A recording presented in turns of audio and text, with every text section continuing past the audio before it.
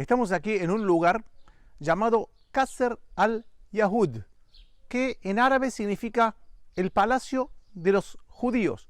Y en un ratito les voy a explicar de dónde viene ese nombre. Pero como pueden ver aquí, atrás mío, tenemos el río Jordán. En este lugar llamado Qasr al-Yahud hay 4 tradiciones que se conectan con este lugar. Y vamos a empezar por orden cronológico. La primera tradición que se vincula con este lugar es el lugar por donde Josué lideró al pueblo de Israel desde el otro lado del Jordán. Y ustedes pueden ver ahí la bandera de Jordania, es decir, que el otro lado es Jordania. Cruzan viniendo de Jordania por este lugar y estamos aquí muy cerquita de Jericó. La segunda tradición que se vincula con este lugar, que de acuerdo a la tradición es el lugar donde el profeta Elías sube al cielo en sus carros de fuego, justamente desde este lugar.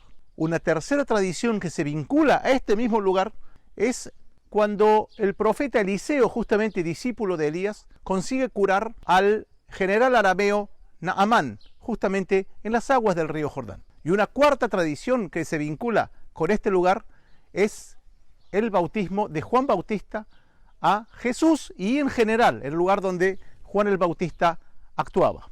Y ahora vamos a analizar en qué medida esas 4 tradiciones pudieron haber ocurrido aquí realmente o si son apenas tradiciones. Y vamos a empezar con el texto bíblico cuando leemos en Josué 3, el capítulo que habla justamente sobre el paso del pueblo de Israel desde el otro lado del Jordán hacia la tierra prometida, es decir, nosotros ahora estamos en Israel, del otro lado es Jordania. Y leyendo el versículo 14, dice así: y aconteció cuando partió el pueblo de sus tiendas para pasar el Jordán, con los sacerdotes delante del pueblo llevando el arca del pacto, cuando los que llevaban el arca entraron en el Jordán, y los pies de los sacerdotes que llevaban el arca fueron mojados a la orilla del agua, porque el Jordán suele desbordarse por todas sus orillas todo el tiempo de la siega. Abro paréntesis, eso es verdad.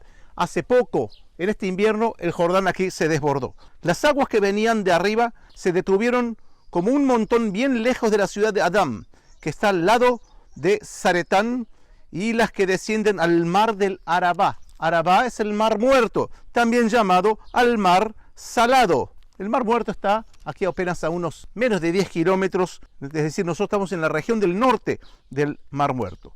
Al mar del Arabá y al mar salado se acabaron y fueron divididas, y el pueblo pasó en dirección de Jericó. Jericó está aquí enfrente, lamentablemente no se los puedo mostrar, pero está aquí apenas a unos 5 kilómetros.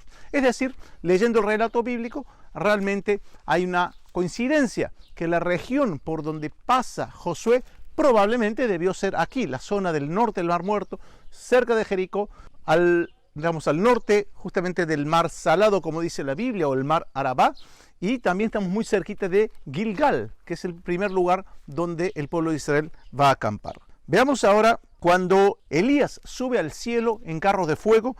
No les voy a leer todo el segundo libro de Reyes, capítulo 2, cuando Eliseo sucede a Elías. Hay todo una introducción donde ambos están en Jericó. Como ya les dije, Jericó está a 5 kilómetros de aquí, muy cerquita, de atravesar la ruta 90 y ya estamos en Jericó. Pero básicamente, si leemos el versículo 7, dice: vinieron 50 varones de los hijos de los profetas y se pararon delante a lo lejos, y ellos dos se pararon junto al Jordán.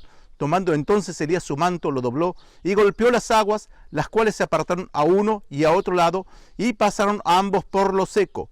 Cuando habían pasado, Elías dijo a Eliseo: pide lo que quieras que haga por ti, antes que yo sea quitado de ti. Y bueno, después sigue la lectura con el ascenso justamente en carros de fuego de Elías al cielo. Lo interesante es que, como ya les dije antes, esto ocurre en las cercanías de Jericó, es decir que, si hablamos de ese texto bíblico, pudo haber sido aquí también.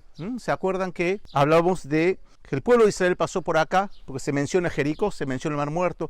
Elías y Eliseo también están antes en Jericó, es decir que pudo haber sido también aquí. Tal vez inclusive había ya la tradición existente de que por aquí el pueblo de Israel había pasado en la entrada a la tierra prometida. Una tercera tradición habla de Eliseo, que cura aquí a el general arameo Naamán, que sufría de lepra. Ahora no dice exactamente dónde fue, pero sabemos que Eliseo también actuaba en la zona del desierto, en la zona de Jericó. Pero finalmente quiero leerles sobre el bautismo de Jesús.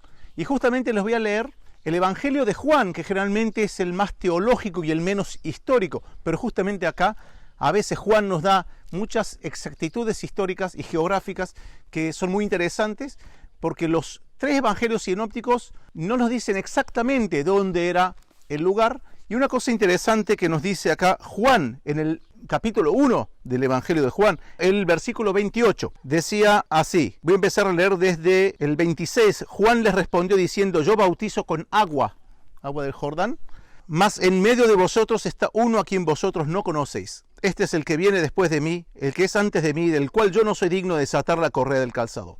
Estas cosas sucedieron en Betábara, y presta atención a ese nombre, Betábara, al otro lado del Jordán donde Juan estaba bautizando. Es decir, si los tres sinópticos nos dicen que Juan bautizaba en el río Jordán, en el desierto de Judea, Juan nos está diciendo que no solamente en este desierto, sino que el bautismo ocurre del otro lado del Jordán. Ahora vamos a hablar sobre historia. Hasta ahora leímos lo que el relato bíblico nos dice, pero vamos a fijarnos en fuentes extrabíblicas que nos dicen de este lugar. Tenemos en el siglo III un teólogo, uno de los primeros teólogos cristianos, Orígenes, que dice que Betábara es igual a Betania más allá del Jordán. Es decir, el lugar que identifica Juan se llama Betania, que estaba más allá del Jordán, que Orígenes va a decir que Betania más allá del Jordán, es decir, del otro lado del Jordán, y Betábara son el mismo lugar. Inclusive, aquellos que conocen el mapa de Madaba. En el mapa de Madaba, que es un mapa, un mosaico gigante que se encontró justamente, Madaba está en el lado jordano,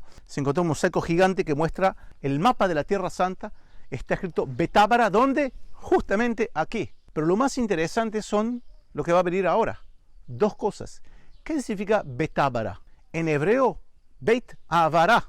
¿Qué significa? La casa de la transición, del paso.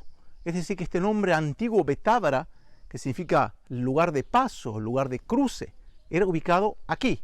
Es decir, que ¿qué cruce es? Cruce del pueblo de Israel, el Jordán. Es decir, que ya vemos en fin de la época romana, inicios de la época bizantina, la identificación de Betábara con Betania, que está más allá del Jordán. Fíjense, porque había dos Betanias. Está el Betania que está en el Monte de los Olivos y está Betania que está aquí. Y una cosa interesante, ¿se acuerdan que les dije que estamos en Qasr al-Yahud, que significa el palacio de los judíos? Cuando los árabes conquistan la tierra de Israel en el siglo VII, van a ver aquí un monasterio muy grande, o por lo menos impactante, y ya se escuchaba de los árabes, ya escuchaban historias que el pueblo de Israel había pasado por aquí. Por lo tanto, van a llamar ese monasterio que tenía forma de palacio, el palacio de los judíos.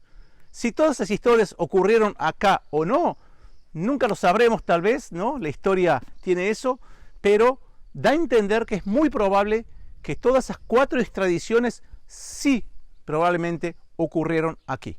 Y justamente esto lo más que para vincularlo con el tema de nuestro seminario, que es la Semana de los Rollos del Mar Muerto, nosotros estamos muy cerquita de Qumrán. Estamos apenas 10 kilómetros de Qumrán, Qumrán al norte del Mar Muerto. Y Juan el Bautista también está activando o está bautizando justamente en una región muy cerquita a los qumranitas, probablemente los eseños. Es decir, que se cree que algún vínculo debieron tener entre Juan el Bautista y los eseños, porque también los dos creían en la purificación. Los eseños se purificaban mucho, y Juan el Bautista también va a utilizar la metodología de la inmersión en agua para la purificación.